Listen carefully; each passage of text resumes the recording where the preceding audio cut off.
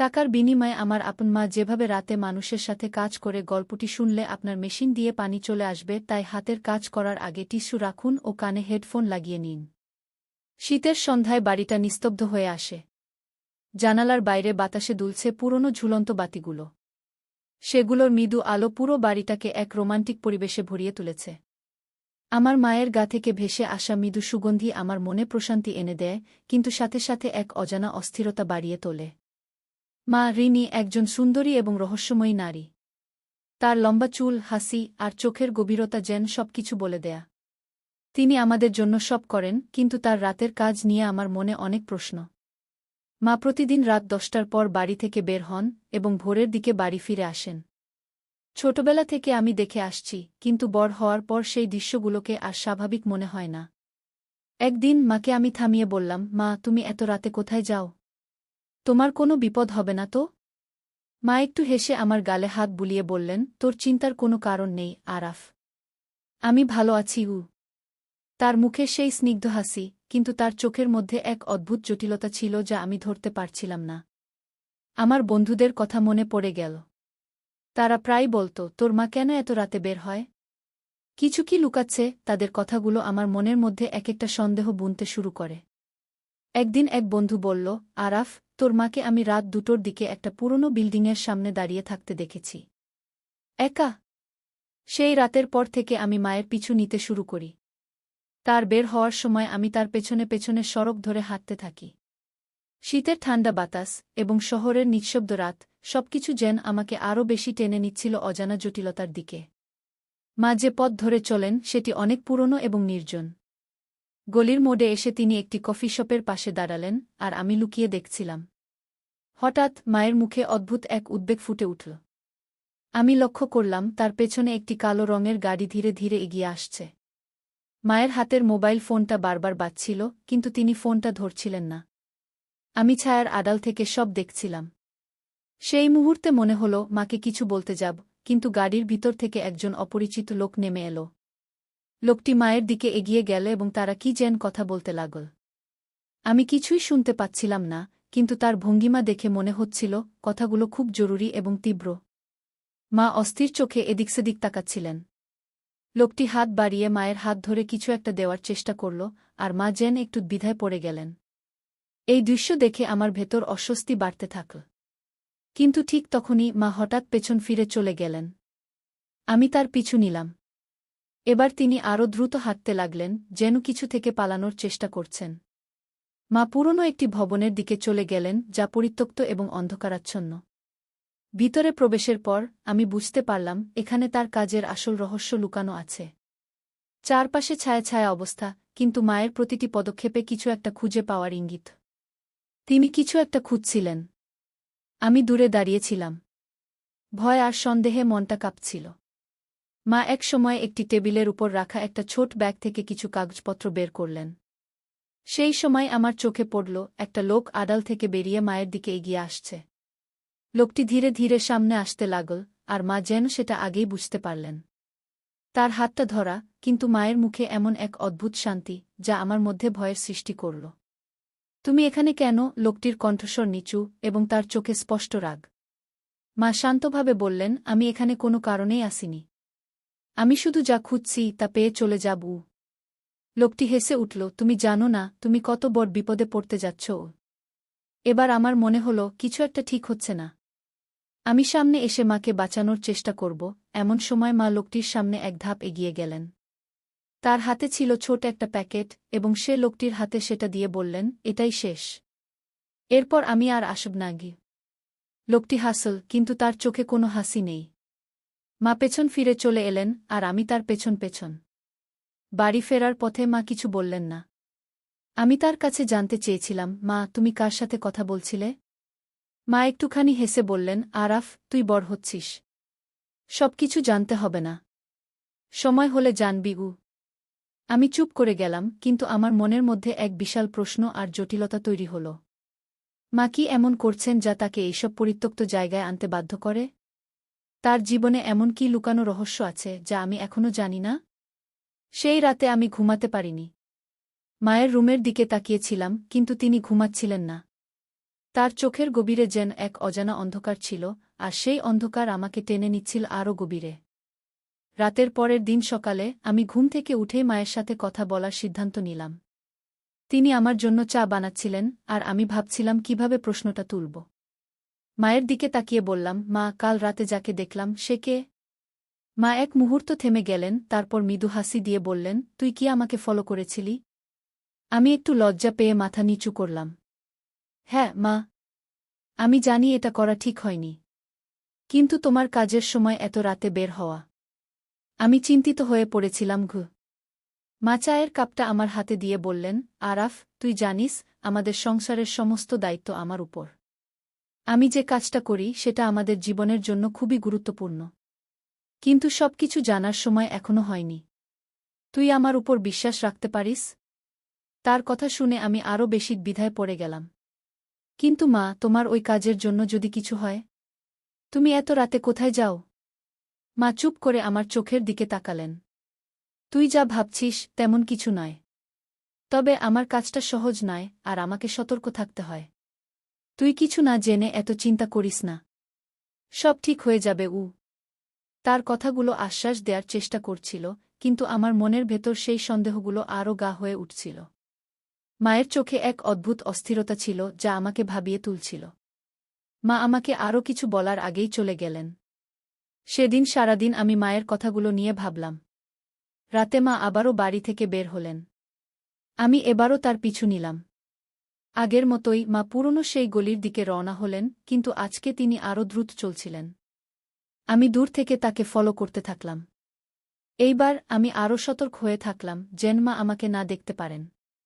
মা যখন সেই পুরনো বিল্ডিংয়ে ঢুকলেন, আমি আরও কাছে গিয়ে দাঁড়ালাম। সেই সময় দেখতে পেলাম মা একজন মহিলার সাথে কথা বলছেন। তাদের মুখের ভাব দেখে মনে হল তারা অনেক গুরুত্বপূর্ণ বিষয়ে আলোচনা করছেন।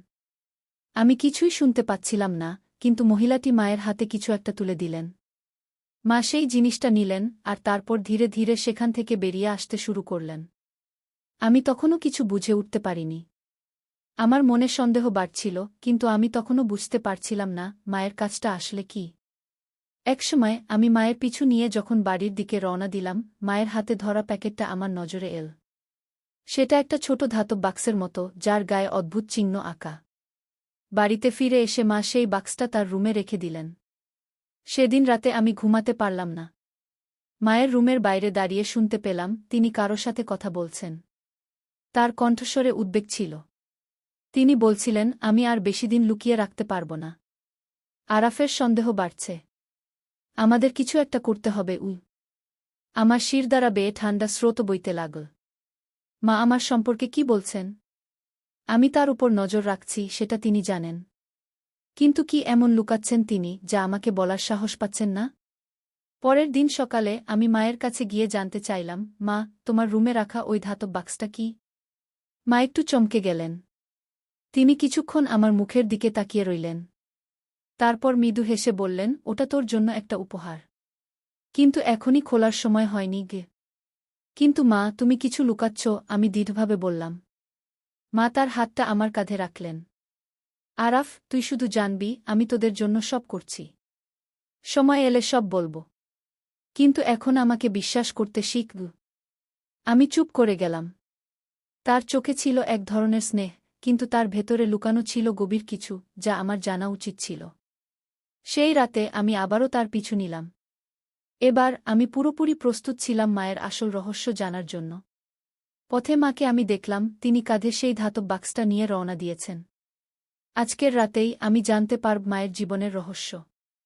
সেদিন রাতে আমি ধীরে ধীরে মায়ের পিছু নিলাম। তার হাতে ধাতব বাক্সটা দেখছিলাম, আর আমার মনের মধ্যে নানা ধরনের প্রশ্ন ঘুরছিল। মায়ের আসল উদ্দেশ্য কি? তিনি কি এমন কাজ করছেন যা আমাকে বলছেন না? গলির মধ্যে ঢুকে মা এবার অন্য পথ ধরলেন। আমি দেখলাম তিনি আরও দূরে শহরের পুরনো এলাকায় যাচ্ছেন। জায়গাটা বেশ অন্ধকার আর ভৌতিক ছিল, চারপাশে পুরনো বাড়ি আর ভাঙাচোরা দেওয়াল। আমি নিজেকে লুকিয়ে মাকে অনুসরণ করতে লাগলাম। একটা সরু রাস্তায় পৌঁছে মা থামলেন। আমি লুকিয়ে থাকলেও দেখতে পেলাম মা সেই ধাতব বাক্সটা খুললেন, আর তার ভেতর থেকে একটা ছোট পেপার বের করলেন। কাগজের উপর অদ্ভুত চিহ্ন আঁকা ছিল যা আমি আগে কখনো দেখিনি। মা সেই কাগজটা নিয়ে বাড়ির ভাঙা দেয়ালের সামনে দাঁড়িয়ে কিছু বলছিলেন। আমি কিছু শুনতে পাচ্ছিলাম না, কিন্তু তার মুখে দুশ্চিন্তা স্পষ্ট ছিল। হঠাৎ করেই দেয়ালের ফাটল থেকে এক ধরনের আলোর ঝলকানি বের হতে শুরু করল। আমি হতবাক হয়ে তাকিয়ে রইলাম। সেই দেয়ালের ভেতর থেকে যেন এক ধরনের পথ বেরিয়ে আসছিল। মা আলোর সামনে দাঁড়িয়ে তার হাতে ধরা কাগজটা উপরে তুলে ধরলেন। কাগজটা ঝলমল করতে লাগল, আর আমি দেখতে পেলাম তার গায়ের অদ্ভুত চিহ্নগুলো জ্বলে উঠছে। মা আস্তে আস্তে সেই পথে ঢুকে গেলেন। আমার মনে তখন হাজারো প্রশ্ন ঘুরছিল। আমি এতদিন জানতাম মা শুধু আমাদের সংসারের খরচ চালানোর জন্য কঠোর পরিশ্রম করেন। কিন্তু এইসব রহস্যময় চিহ্ন আর আলোর পথ, এগুলো কিসের ইঙ্গিত দিচ্ছে? আমি ভয়ে ভয়ে সেই আলোর পথের দিকে পা বাড়ালাম। মাকে না দেখে এখন আর অপেক্ষা করতে পারছিলাম না। দেওয়ালের পথ ধরে একটু এগোতেই একটা গুহার মতো জায়গা চোখে পড়ল। ভেতরে আলো কম ছিল, কিন্তু কেমন একটা উষ্ণতা অনুভব করলাম। হঠাৎ আমি মাকে দেখলাম, তিনি এক অদ্ভুত প্রতিমার সামনে দাঁড়িয়ে। মূর্তিটা ছিল মানুষের মতো, কিন্তু তার হাতে ছিল একটা তলোয়ার। মায়ের চোখে অদ্ভুত এক দৃঢ়তা ছিল, তিনি মনে হচ্ছিল প্রতিমার সাথে কথা বলছেন। আমি আরও কাছে এগিয়ে গেলাম। মায়ের মুখ থেকে কিছু কথা কানে এলো, এবার সময় হয়েছে। আমার পরিবারকে বাঁচাতে আমাকে যা করতে হবে তা করব। কিন্তু সে আমাকে বিশ্বাস করবে কি না জানি না। আমার মন উথালপাথাল হতে লাগল। মা আসলে কি করতে যাচ্ছেন? আর তার পরিবারকে কি বিপদে পড়তে হয়েছে? ঠিক তখনই মা আমার দিকে তাকালেন। আমার লুকিয়ে থাকা ধরা পড়ল। মায়ের চোখে প্রথমে বিস্ময়, তারপর ক্রোধ ফুটে উঠল। আরাফ, তুই এখানে কেন? তুই আমার পিছু নিয়েছিস? আমি ভয়ে কিছুক্ষণ চুপ করে রইলাম, তারপর বললাম, মা, আমি তোমাকে নিয়ে খুব চিন্তায় ছিলাম। তাই তোমার পিছু নিয়েছি। কিন্তু এ কি? তুমি এসব কি করছ? মা আমার হাত ধরে টেনে নিয়ে আমাকে গুহার ভেতর আরও গভীরে নিয়ে গেলেন। আরাফ, তুই যা দেখেছিস তা খুবই বিপজ্জনক। আমি তোকে এ বিষয়ে কিছু জানাতে চাইনি, কারণ তুই তখন বিপদে পড়তে পারিস। কিন্তু এখন যেহেতু তুই সব দেখেছিস, তোর জানা উচিত। তারপর তিনি ধাতব বাক্সটা খুলে একটা মানচিত্র বের করলেন। মানচিত্রের উপর অদ্ভুত চিহ্নগুলো জ্বলজ্বল করছিল। তিনি বললেন, এই মানচিত্রটা আমাদের পরিবারের একটা প্রাচীন ধন। এটা দিয়ে আমরা এক অতিপ্রাকৃত শক্তি নিয়ন্ত্রণ করতে পারি, যা আমাদের রক্ষা করতে পারে। কিন্তু এটার জন্য আমাদের একটা কঠিন পরীক্ষার মধ্যে দিয়ে যেতে হবে। আমি কিছুটা অবাক হয়ে বললাম, কিন্তু মা, তুমি এসব কি বলছ? এটা কেমন শক্তি? মা বললেন, আমাদের পূর্বপুরুষদের সময় থেকে এই শক্তি আমাদের পরিবারের মধ্যেই আছে। কিন্তু একদল মানুষ আছে যারা এই শক্তিটাকে নিজেদের জন্য ব্যবহার করতে চায়। আমি আর তোর বাবা মিলে বহুদিন ধরে এই শক্তিটাকে রক্ষা করার চেষ্টা করেছি। কিন্তু এখন সেই শক্তিকে ব্যবহার না করলে আমরা বিপদে পড়তে পারি। আমি তার কথা শুনে বিভ্রান্ত হয়ে গেলাম। কিন্তু বাবা তো অনেক আগে মারা গেছে, তাই না? মা একদম চুপ হয়ে গেলেন। তোর বাবার মৃত্যুর পিছনেও সেই শক্তির জন্যই ছিল। তারা আমাদের পিছনে লেগে আছে, আর এখন তুইও তাদের লক্ষ্য হতে চলেছিস। আমার মনে শিরশিরে ভয় শুরু হল। মা আমাকে এক অজানা বিপদের মুখোমুখি এনে দিয়েছেন। আমি জানি না এ থেকে কিভাবে বের হওয়া যাবে। গুহার অন্ধকারে মায়ের সাথে আমি দাঁড়িয়ে আছি। চারপাশে ঠান্ডা বাতাস বইছে, আর তার মধ্যে আমার হৃদস্পন্দন যেন স্পষ্ট শোনা যাচ্ছে। মায়ের চোখে গভীর চিন্তার ছায়া দেখছি, যেন তিনি কি বলবেন বুঝতে পারছেন না। তিনি কিছুক্ষণ চুপ থেকে বললেন, আরাফ, তুই যা জানিস সেটা পুরোটা নয়। তোর বাবাকে আমরা অনেকদিন ধরে মৃত বলে বিশ্বাস করতে বাধ্য করেছি। কিন্তু আসলে সে এখনও বেঁচে আছে। আমি বিস্ময়ে তাকিয়ে রইলাম। কি বলছ মা? বাবা বেঁচে আছে? তাহলে এতদিন কেন আমরা কিছু জানতাম না? মা একদম শান্ত গলায় বললেন, তোর বাবা আর আমি একসাথে কাজ করছিলাম এই শক্তিকে রক্ষা করার জন্য। কিন্তু সেই শক্তি রক্ষার পথ ছিল খুবই বিপজ্জনক। আমাদের শত্রুরা তোর বাবাকে ধরে নিয়ে যায়, আর সে তখন থেকে গোপন একটা জায়গায় বন্দী। আমি তার সন্ধান করতে গিয়ে আজ এতদূর পৌঁছেছি। আমার মাথায় যেন হাজারো প্রশ্ন ঘুরছিল। কিন্তু মা, তুমি এতদিন এই কথা গোপন রাখলে কেন? আমাকে জানাতে পারতে। মা দীর্ঘশ্বাস ফেললেন। আমি জানতাম তুই তখন ছোট ছিলি। আর তুই যদি তোর বাবার জন্য খোঁজাখুঁজি করতে শুরু করতিস, তাহলে তোকে ওরা সহজেই ধরে ফেলতে পারত। আমি এটাই চেয়েছিলাম না। আমার মনের ভেতর দ্বিধা আর উদ্বেগ উথালপাথাল করতে লাগল। কিন্তু মা, এখন আমরা কি করব? মা তার হাত বাড়িয়ে মানচিত্রটা তুলে ধরলেন। এই মানচিত্রই আমাদের একমাত্র আশা। এটা তোর বাবার দেওয়া, আর এর মাধ্যমে আমরা সেই জায়গায় পৌঁছাতে পারব যেখানে তাকে বন্দি রাখা হয়েছে গিউ। তখন আমি মাকে বললাম, আমি তোমার সাথে যাব মা। তুমিই তো বলেছ আমিও এখন বিপদে পড়তে পারি। তাই আমি তোমার পাশে থাকব। মা এক মুহূর্ত আমার দিকে তাকালেন, তার চোখে মমতার ছায়া। ঠিক আছে আরাফ, তুই যদি আমার সাথে থাকতে চাস তবে সাবধান। শত্রুরা আমাদের প্রতিটি পদক্ষেপেই নজর রাখছে গি। তারপর আমরা মানচিত্র অনুযায়ী চলতে শুরু করলাম। গুহার গভীরে যাওয়ার পথে আমি দেখলাম চারপাশের দেয়ালে অদ্ভুত চিহ্ন আঁকা আছে। চিহ্নগুলো দেখে আমার মনে হল এগুলো যেন কোনো পুরনো রহস্যের সংকেত। মা বললেন, এই সংকেতগুলো আমাদের পথ দেখাচ্ছে। আমরা এগুলো অনুসরণ করেই এগোব। আমরা গুহার আরও গভীরে এগোতে থাকলাম, আর চারপাশের পরিবেশ ক্রমেই ভয়াবহ হয়ে উঠতে লাগল। আমাদের চলার পথে পাথরের আড়ালে অদ্ভুত আওয়াজ হচ্ছিল, যেন কেউ আমাদের অনুসরণ করছে। আমি মাকে বললাম, মা, মনে হচ্ছে কেউ আমাদের পিছু নিচ্ছে গিয়ে। মা মাথা নেড়ে বললেন, হ্যাঁ, ওরা আমাদের আস্তে আস্তে ঘিরে ফেলছে। আমাদের দ্রুত চলতে হবে গু। আমরা দৌড়ে চলতে লাগলাম, আর গুহার ভেতর অন্ধকার আরও ঘন হতে লাগল। সামনে একটা পাথরের দরজা চোখে পড়ল। মা দরজার সামনে দাঁড়িয়ে পকেট থেকে একটা পুরনো চাবি বের করলেন। দরজার তালায় চাবিটা ঢুকিয়ে ঘুরাতেই একটা গম্ভীর শব্দে দরজাটা খুলে গেল। ভেতরে ঢুকে আমি দেখলাম একটা বড় ঘর। দেওয়ালের চারপাশে মশাল জ্বলছে, আর ঘরের মাঝখানে একটা বড় বেদি। মায়ের হাত থেকে কাগজটা আলোকিত হয়ে উঠল, আর বেদির উপর একটা রহস্যময় প্রতীক ফুটে উঠল। মা কাগজটা বেদির উপর রাখলেন।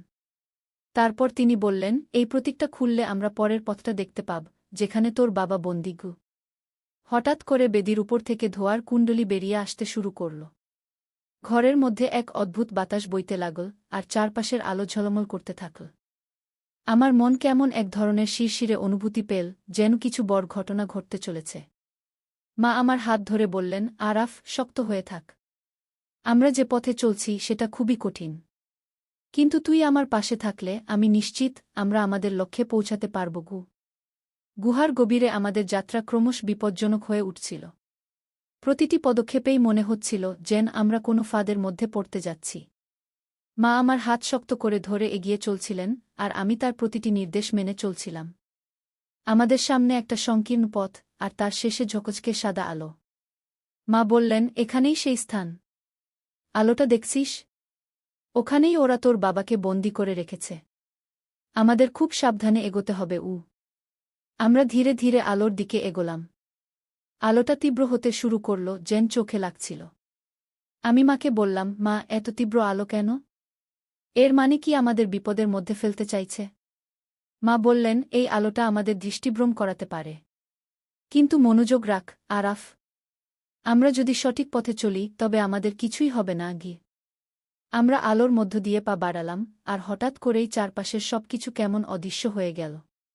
আমাদের পায়ের নিচে মাটি যেন ফাঁকা হয়ে যেতে লাগল। আমি মায়ের হাতটা আরও শক্ত করে ধরলাম। মা কাগজটা সামনে তুলে ধরলেন, আর অদ্ভুত শব্দ করে সেটি থেকে এক ধরনের আলো বেরিয়ে আসতে লাগল। আলোটা আমাদের চারপাশে ঢেকে রাখল, যেন কোনো প্রতিরক্ষা বলয়ের মতো। আলোর মাঝখানে আমরা দেখতে পেলাম একটা পাথরের কক্ষ, আর তার মাঝে একটি কাচের খাঁচা। সেই খাঁচার ভেতরে একজন লোক বন্দী। মা দ্রুত ছুটে গেলেন, আর আমি তার পিছু নিলাম। মাকে দেখে লোকটি তার হাত বাড়িয়ে বলল, তুমি এসেছ। এতদিন পরে আমি ভেবেছিলাম আর কখনো দেখব না গি। মা কান্নাজড়িত কণ্ঠে বললেন, হ্যাঁ, আমি এসেছি। কিন্তু তোরাও আমার আর আরাফের পিছু নিয়েছ, আমি তা জানি গু। মায়ের কথায় আমি কিছুটা অবাক হলাম। মা, তুমি কি বলছ? মা তখন বললেন, তুই এখনো জানিস না আরাফ? তোর বাবা আর আমরা শুধু একজন দম্পতি নই, আমরা এই শক্তির রক্ষক। এই শক্তি যা আমাদের রক্ষা করে এবং যা আমাদের এই পথের নির্দেশ দেয়া, সেটার পিছনে অনেক শক্তি এবং শত্রু আছে গি। ঠিক তখন ঘরের চারপাশে ধোঁয়া জমতে শুরু করল। আমরা দেখলাম ধোঁয়ার মধ্যে থেকে ছায়ামূর্তি বেরিয়ে আসছে। মা আমাকে বললেন, এই ছায়ারা আমাদের পথ রুদ্ধ করবে। তুই আমার পাশে থাকিস, আর আমাদের শক্তি এক করে এগোবগু। আমি মায়ের হাত ধরে শক্ত করে দাঁড়ালাম। মা তার পকেট থেকে আরেকটা ছোট দণ্ড বের করলেন, যেটা থেকে ঝলমলে আলোর রশ্মি বের হতে লাগল। আমি বিস্মিত হয়ে মাকে দেখলাম, এটা কি মা? মা বললেন, এটা আমাদের পূর্বপুরুষদের দেওয়া একটি অস্ত্র। এর সাহায্যে আমরা এই ছায়াদের মোকাবিলা করতে পারব। আমরা আলোর রশ্মি দিয়ে ছায়াদের দূরে সরানোর চেষ্টা করছিলাম। একের পর এক ছায়া আমাদের আক্রমণ করতে আসছিল, আর মা তাদের প্রতিহত করে আমাদের সামনে পথ খুলছিলেন। আমাদের এক মুহূর্তও দেরি করা চলবে না, কারণ প্রতিটি পলেই আমাদের জীবন ঝুঁকির মুখে ছিল। আমরা ধীরে ধীরে খাঁচার কাছে পৌঁছালাম। মা দ্রুত খাঁচার তালা খোলার চেষ্টা করছিলেন। কিন্তু তালা এতই শক্ত ছিল যে সহজে খুলছিল না। আমি তখন মায়ের হাতে সাহায্য করলাম, আর একসময় খাঁচাটা খুলে গেল। বাবাকে আমরা বাইরে বের করলাম, কিন্তু ঠিক তখনই পেছন থেকে এক তীব্র আওয়াজ শোনা গেল। পেছনে তাকিয়ে দেখি আমাদের শত্রুরা সামনে দাঁড়িয়ে। তাদের চোখে এক অদ্ভুত দৃষ্টিভঙ্গি, যেন তারা কিছুতেই আমাদের ছাড়বে না। মা আমাকে বললেন, আরাফ, তুই তোর বাবাকে নিয়ে দৌড়া। আমি ওদের সামলাচ্ছি গু। আমি মাথা নেড়ে বললাম, না মা, আমি তোমাকে ছেড়ে যাব না। আমরা একসাথে লড়াই করব। মা আমার দিকে তাকিয়ে বললেন, ঠিক আছে আরাফ, আমাদের একসাথে এই শক্তিকে রক্ষা করতে হবে। তোর বাবাকে আমাদের ঘরে ফিরিয়ে নিয়ে যেতে হবে গু। আমরা একসাথে দাঁড়ালাম, আর আলোর রশ্মি দিয়ে শত্রুদের প্রতিহত করতে শুরু করলাম। আমাদের সামনে ছিল এক চূড়ান্ত যুদ্ধ, আর আমরা জানতাম আমাদের জিততেই হবে। কারণ এই জয় ছিল শুধু আমাদের পরিবারের নয়, আমাদের পূর্বপুরুষদের সম্মান রক্ষার। বন্ধুরা, যদি আমাদের এই গল্পটি ভালো লাগে তাহলে আমাদের চ্যানেলটি সাবস্ক্রাইব করুন এবং ভিডিওতে একটি লাইক কমেন্ট করে সাথেই থাকুন।